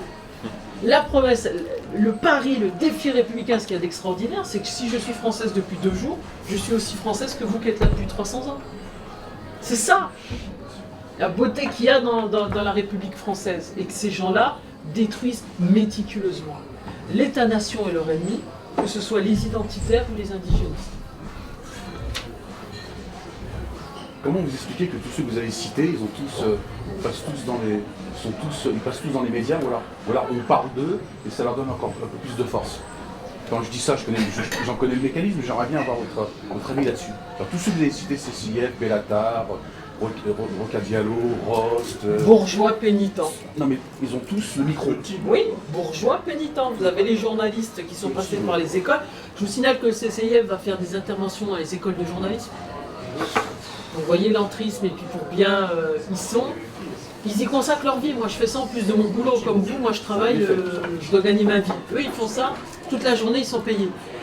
Vous avez des bourgeois pénitents, vous avez des gens qui ne savent plus parler, qui ne savent plus enquêter de l'autre côté du périphérique. Ils peuvent aller enquêter en Syrie, mais à Sevran ils ne savent pas trop. Donc ils ont trouvé des interlocuteurs. On leur donne beaucoup de force. Et on leur a donné une visibilité pourquoi leur donne de la force disproportionnée par rapport au poids démographique. Mais parce qu'ils portent un discours qui correspond à la culpabilité des médias, de se dire « Ah ben finalement ces gens-là doivent être comme ça parce qu'ils Donc le vous pensez que c'est de l'incompétence de la part des médias alors? Pas de l'incompétence, de la culpabilité. Ne me faites pas dire ce que je dis pas. Non. De la culpabilité. C'est pas vous. Non. Ça élude la question sociale, c'est ça l'objectif. On parle de sociétal et finalement on parle pas de social. On va dire, regardez, on évacue la lutte des classes. Oui, voilà, c'est ça. On va dire, regardez le pauvre, il est pauvre, le mec en cité il est pauvre parce qu'il est noir. On va pas dire qu'il n'arrive pas à s'en sortir parce qu'il est issu de l'immigration. Et que moi-même je suis issu d'immigration. Mais t'es asiatique, ça compte pas, toi. Oui, c'est vrai, J'ai un ami, je le connais. Moi, j'ai passé des concours, des examens. Le type qui m'a corrigé, ma copie était anonyme. Il ne voyait pas mon nom, il ne voyait pas mon origine, il ne voyait rien. Tout ce qu'il avait à voir, c'est ce que j'avais à écrire sur ma copie. Le problème, c'est que pour pouvoir écrire des choses sur ma copie, il fallait que j'achète des livres. Il fallait que je les lise, donc du temps. Il fallait que je les comprenne. Sauf que ma mère était guichetière à la Société Générale. Donc moi, tout ce que j'ai vu, c'est que les barrières que j'avais pour mon ascension sociale, c'était pas ma couleur, c'était ma condition sociale. Sauf que dans les discours que j'entends dans les facs, dans les grandes écoles, on l'évacue ça. On dit non, c'est plus la lutte des classes, ça c'est dépassé, c'est marxiste et tout. T'es un opprimé, t'es un bon sauvage, tu vois, t'es un racisé. T'es un racisé, je dis, supporte pas ce mot. Moi j'ai eu des compagnons de classe à l'EHESS ou à l'ENS qui me disaient oui, tu es un racisé, qui me balançaient ça, un racisé. Sous-entendu, tu es différent. Non seulement tu es différent, mais ensuite tu es sorti de ta condition initiale parce que au lieu de rester dans ta culture d'origine, tu as accepté la culture des Blancs. C'est-à-dire que tu ne connais pas Lao Tse, tu ne connais pas Confucius, tu connais plus Platon et Socrate. C'est pas bien. Je dis pourquoi c'est pas bien, j'ai la même culture que vous. Non.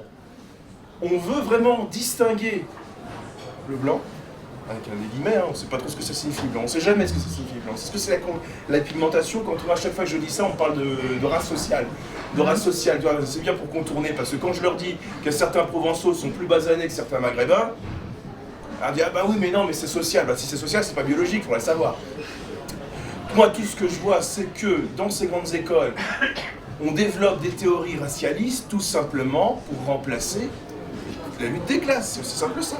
Ces grands bourgeois que je vois défendre l'antiracisme, toutes ces choses-là, et ben, ils se mettent en avant comme des grands défenseurs, mais comme ça évite de dire qu'ils sont tout au sommet de la pyramide sociale et à quel moment ils remettent en cause leurs privilèges.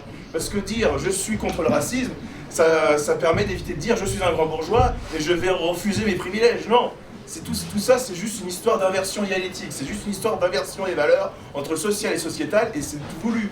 Ces gens, ces ingénistes, quand on regarde leurs conditions sociales, sont tous des bourgeois. La Boutelja, le Tariq Ramadan, le Marwan Mohamed, qui est ancien banquier, c'est pas des gens qui connaissent la réalité du terrain, c'est pas des gens issus de cité. Tout ça, c'est de la classe moyenne. Mais c'est 20 000 adhérents en 3 semaines. Oui. C'est ça que je dis. C'est ça que je dis. Pourquoi ? Mais ce que je veux dire par là, c'est parce qu'ils offrent un discours rassurant. Mais qui leur donne cette possibilité d'offrir ce discours ? C'est parce que les ingénieurs universitaires leur donnent caution intellectuelle.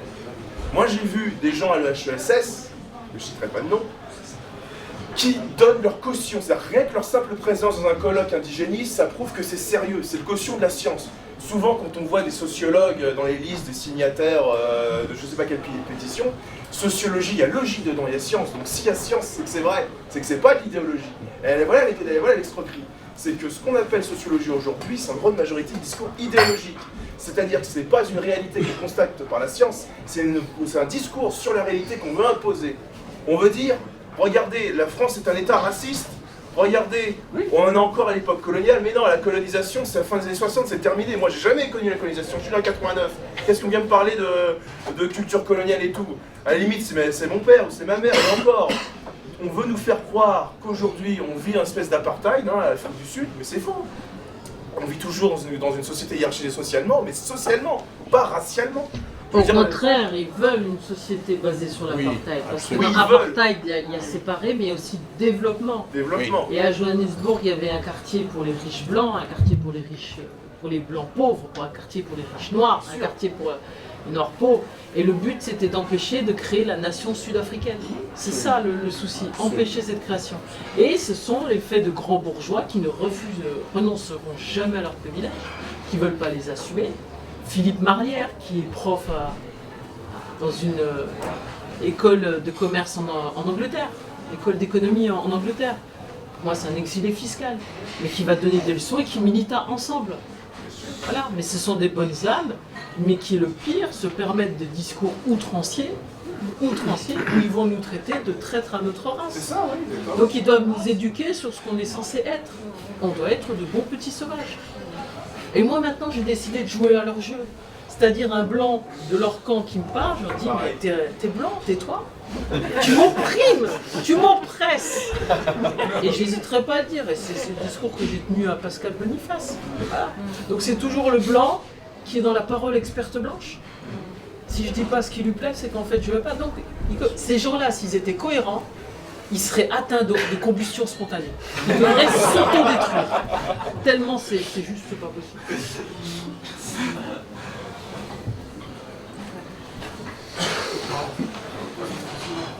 J'ouvre une parenthèse, mais ces gens-là dont on parle, ça fait très longtemps qu'ils existent. C'était les maoïstes dans les années 60, c'est la même chose. C'est le déni, c'est l'espèce de fantasme idéologique, et on est face à la même chose. C'est un monde binaire.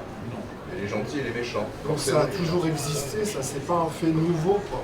Il faut se poser la question, maintenant à l'époque ils étaient complices du communisme, qui a fait des millions, des centaines de millions de morts. Aujourd'hui ce sont les complices de l'islamisme. Donc il y a un moment, il va quand même falloir se poser la question, qu'est-ce que l'islamisme? Parce que j'entends ce que tu dis, à la limite il faudrait dire simplement, si j'ai bien compris ce que tu dis, on est en France, on a des lois sur la République, il faut les faire appliquer fermement, sans état d'âme. On est d'accord. Moi, c'est ça que je retiens de ce que tu dis, ce en quoi je suis complètement d'accord. Mais quelle est cette force obscure qui est contre la République aujourd'hui? Pas en France, aux États-Unis, au Canada, partout en Europe. C'est quoi cette force obscure? C'est l'islamisme. L'islamisme, ça vient de quoi? De l'islam. Donc, certes, il ne faut pas faire peut-être de rentrer dans On la a déjà eu théologie. ce débat, toi et moi, Non, mais on n'a plusieurs pas eu ce fois. débat. Non, on n'a Si pas eu on ce a débat. eu ce débat, Non, on tu n'a te pas eu, souviens excuse-moi, pas? je finis. La République, on a eu. Je finis, Fatia, excuse-moi. On n'a pas eu de débat. À la réunion qu'on a eue avec Vivre à la République, j'ai tenté de dire quelque chose qui allait dans ce sens-là, mais on n'a pas vraiment eu de débat. On m'a fait comprendre que c'était politiquement incorrect Non, de dire non, ça. non. Je termine. Non, deux secondes. Non, je te laisse pas terminer, tu es blanc, laisse-moi parler. Jamais tu me taxeras de faire dans le politiquement correct. Non, et ni Vivre la République. Ce que tu avais dit, c'est qu'on devait tous apprendre, connaître, lire le Coran pour voir ce qu'il y avait mal et tout. Non, non, et je demanderai à personne de devenir spécialiste en hadith du 15e siècle. Non. Non, le Coran. Non, et tu ne pourras pas dire, tu veux te mettre à dos mais juste stratégiquement, tu veux te mettre à dos 1 milliard de pratiquants en disant, mais en fait, tout le problème vient de l'islam. Ben non. Ben non, je suis désolée, non. Ma mère a tué personne, elle est musulmane. Mes frères aussi sont musulmans. Non, laïcard, non, athée, mais alors, non, il y a une crise du spirituel, il y a une crise de la spiritualité. Et l'intégrisme qui se développe chez certains musulmans juste se développe aussi chez les chrétiens. Moi, je connais des gens qui étaient catholiques, pratiquants, mais tranquilles, hein, qui respectaient les homosexuels, l'égalité homme-femme, et qui en 10 ans se sont radicalisés. Parce que, oui, des catholiques, hein. Mais en fait, je pense qu'il faut peut-être décloisonner le débat. Alors aujourd'hui, c'est l'islamisme, peut-être. Je dis pas ça. Mais il faut peut-être décloisonner le débat en disant pourquoi des gens qui se sentent perdus en termes de spiritualité se sentent obligés de se rattacher à des choses qui sont coutumières, qui sont dans l'opposition des valeurs de la République et qui sont en fin de compte radicales. Je suis désolée, mais ce qu'on entend chez certains en fait islamistes, salafistes, c'est ce qu'on a entendu à la manif pour tous. Ces gens-là se retrouvent, et c'est là où je rejoins ce que vous disiez au tout début, les identitaires se retrouvent avec les indigénistes. Non, mais les fascistes se retrouvent ensemble. Voilà. Les communistes, mais il faut essayer de comprendre pourquoi on en arrive là. Les islamistes, ils se retrouvent ensemble. Oui. Mais c'est bien pour ça que le dénominateur commun, ça ne peut pas être la lecture du Coran. Sinon, on lit aussi la Bible. Franchement, c'est chiant. Hein. C'est ça que je voudrais qu'on parle. On fait un débat. On n'est pas forcément d'accord, mais c'est faire un débat. Okay. J'ai le sentiment, je pense que je fais un amalgame entre les musulmans et entre les islamistes. Ça n'est pas le cas. Ok. Moi, j'ai beaucoup d'amis, de proches. Non, mais ça, on s'en fout. Alors, Puponique, mais Puponique, il me sort, j'ai des amis antillais, ça, j'en ai marre. Vous avez tous des amis arabes, j'en suis sûr. Dis-moi juste, tu pars de ta phrase en disant l'islam. Oui. Bah, les gens ont le droit d'être musulmans et je ne vais pas toucher à l'islam comme je ne toucherai pas à il y a des gens qui vivent l'islam de façon très différente. De la même façon que Madame dit, il y a des catholiques qui vivent la religion de façon très différente. Moi, je ne parle pas de ça. Mais je dis où est la pression aujourd'hui internationale, la pression sur la radicalisation, de quoi? L'orthodoxie, de quoi? Qu'est-ce qui pose un problème aujourd'hui? D'ailleurs. Bah oui, t'accuses l'islam. Je te dis, je ne veux pas rentrer dans ce débat, ça ne m'intéresse pas. Non mais d'accord, mais ça ne m'intéresse pas et c'est dangereux. Par contre, Walid, c'est ce qu'il fait, avec talent. Mais c'est pas du tout mon angle de pratique. Ce que je veux dire, c'est que il ne s'agit pas de rentrer dans l'art de manière frontale, mais la connaissance du sujet me paraît indispensable. C'est tout ce que je voulais dire. La connaissance des textes religieux, à savoir le Coran, à savoir les hadiths, à savoir la sunna. Et je terminerai par une chose, si tu me permets, ok? Je pensais à quelqu'un qui avait dit, je ne sais plus quoi, mais j'avais envie de réagir, je ne sais plus quelle était la question, mais je voudrais finir par ça. Qu'est-ce qu'on peut faire? Quelles sont les solutions, etc. Je pense qu'on ne sait pas encore trop. Mais il faut qu'on élargisse un petit peu. On pense ça en tant que Français, n'est-ce pas? Mais ça se passe dans le monde. Allez voir sur YouTube ce qui se passe aux États-Unis. Allez voir ce qui se passe dans le Canada. Ça donne une espèce d'idée plus générale. Et peut-être à ce moment-là, les Français bourgeois se sentiront moins complexés de ce qui se passe en France, parce qu'ils réaliseront que non, c'est pas la colonisation algérienne qui est en jeu, c'est un mouvement d'islamisation globale. Je crois que personne n'a cette naïveté de penser ça. Ah bon, bah, Je crois que tu moi, n'apprends pourtant... rien, personne, et je parle du Canada, et je sors l'exemple de la Cour suprême du Canada sur le cas du Kirkuk. Les Trudeau, les Obama ont fait énormément. Et oui, et je ne suis absolument pas naïf, et je ne te suivrai jamais sur ce terrain-là. C'est ce que vous avez dit. Le terrain de dire, bah, il faut que tout le monde connaisse le Coran, les hadiths, les sunnas pour voir les choses. Non, ce n'est pas le préalable pour se combattre, Il ne faut non. pas connaître Mein Kampf. Je ne l'ai pas lu, mais j'ai pas besoin de le lire. Il faut savoir de quoi on sait. Mais non. Et on n'a pas à être expert, et on n'a pas à comparer le Coran avec ça. On peut proposer un compromis. On peut proposer un compromis. En français, On peut proposer un compromis, par exemple, si on fait une analogie. Bon, attendez, comme chacun parle, nous avons tous envie de poursuivre la discussion, nous la poursuivrons peut-être autour de table, par exemple, ceux d'entre vous qui veulent rester pour dîner, et parce que là, on s'égare dans des conversations particulières et dans des oppositions frontales. Donc je voulais simplement dire, très sincèrement, à Fatia Boudjala, que c'est un honneur qu'elle nous a fait en acceptant notre invitation et que nous y sommes sensibles. Merci à vous.